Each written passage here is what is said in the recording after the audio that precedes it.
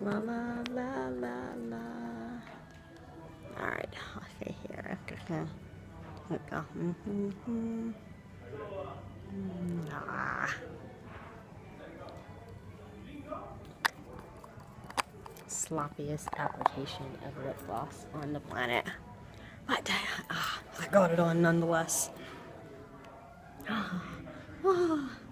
Oh, it's so windy outside. I'm at my last Toastmasters meeting for the foreseeable future. I'm actually really excited. I have one speech that I have to give tonight, and I have no idea really what I'm giving on, but it's going to be a quickie.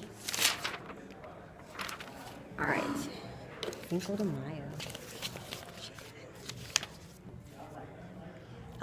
My speech I'm going to be giving, I know it's St. Patrick's Day, and I completely thought this shirt was green, or the sweater. It turns out it's like blue or teal, so luckily there aren't any perverts at work. I don't really.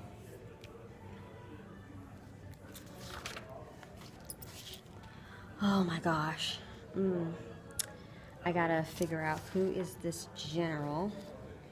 Mexican president, blah, blah, blah, blah. Significance.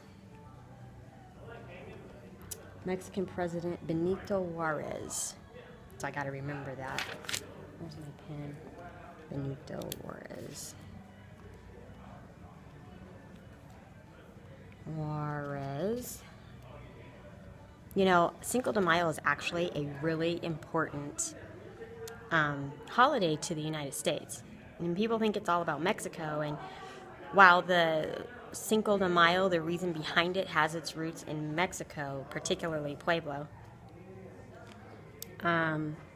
it's significant to the United States because if Mexico had not won the Battle of Puebla against France, Abraham Lincoln probably would have had to fight two wars, the Civil War and then a war with the French.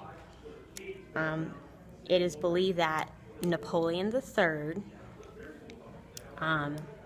who was the president of France at the time, had intentions on using Mexico, taking over Mexico, and then using that as a way to back the Confederate Army. So it's a good thing that the French did not win that battle. So just a little bit of Cinco de Mayo history. I know that's kind of weird on St. Patrick's Day, no less. But St. Patrick's Day, I actually thought about doing a quick little speech on that. But I really don't have a desire to get into religion. And it's really based in religion and Catholicism and things that I don't want to get into. Just because Toastmasters, I think you should kind of keep politics and religion out of the clubs. Just for the sake of keeping the clubs friendly and... But,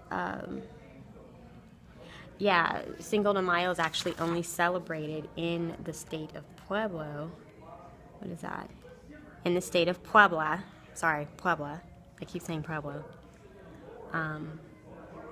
Which I actually have no idea where that is on the map, but really interesting.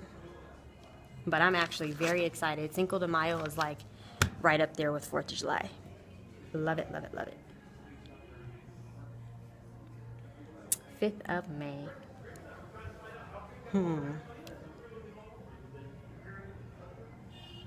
I was supposed to be chewing gum tonight because somebody wants to watch me blow bubbles, but because I'm doing my video blog on my Toastmasters meeting tonight, it's just gonna have to wait till tomorrow.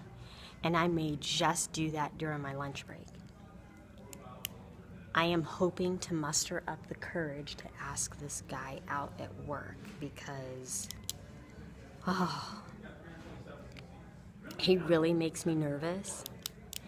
And it doesn't sound like he has a girlfriend.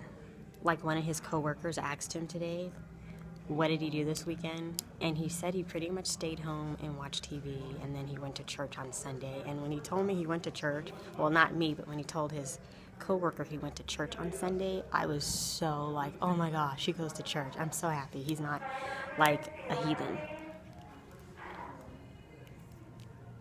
Yeah, I know. Not a heathen. Not that going to church means anything nowadays. The one thing that kept me out of church was believers, and now that I was going to church regularly, the thing that chased me out were believers, so funny how that works.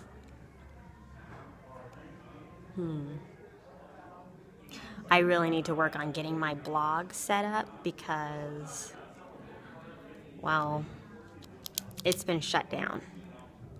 It's something about a virus in one of the files in WordPress, so I need to get that worked out really big time, because rather than working on speeches for Toastmasters, I have a lot of blog ideas, but mostly serious topics. Like I read this article today, and it was basically about moving people out of poverty and into middle class neighborhoods. Like for the children, it's more traumatic for the boys than the girls. Like they say the boys exhibit post-traumatic stress, PTSD, post-traumatic stress disorder, and the girls kind of adjust perfectly fine. I'm a firm believer that only works, moving people out of poverty and into more affluent neighborhood only works if you try to change what's in here. And what I notice about my family, who aren't as well off as some of the other members of my family, is, for example, my male cousins. My family that don't live in the hood, like they kind of put standards on how their sons are to look and dress. So there was no sagging of jeans, no looking like you wanted to be a future resident of the state penitentiary system. Whereas the ones who lived in poorer neighborhoods allowed their sons to dress that way, and dress for success is all I'm saying. And other things is my family that live in more affluent neighborhoods have a tendency to be college educated and married. Great. I got somebody here who's ruining my video blog. Oh, good. He's gone. Like I said, my family members who are in more affluent neighborhoods are like more college educated, they're married, whereas the ones who live in poverty are high school dropouts and have children with different people. So there's a huge mental shift in how to think and what values that they pass on to their children. So a lot of people don't take that into consideration. It's not just enough to give people money to move them out of poverty. You have to change what's in the head. But yeah, I do want to do a little bit more stuff like that, and maybe even submit them to magazines or online magazines. So that's just my thoughts. I don't really have an interest in Twitter and Instagram. I completely fell out of love with that real quick. There's only so many pictures you can take of yourself before you get tired of looking at yourself. And then, of course, taking pictures of food all the time, it makes me hungry.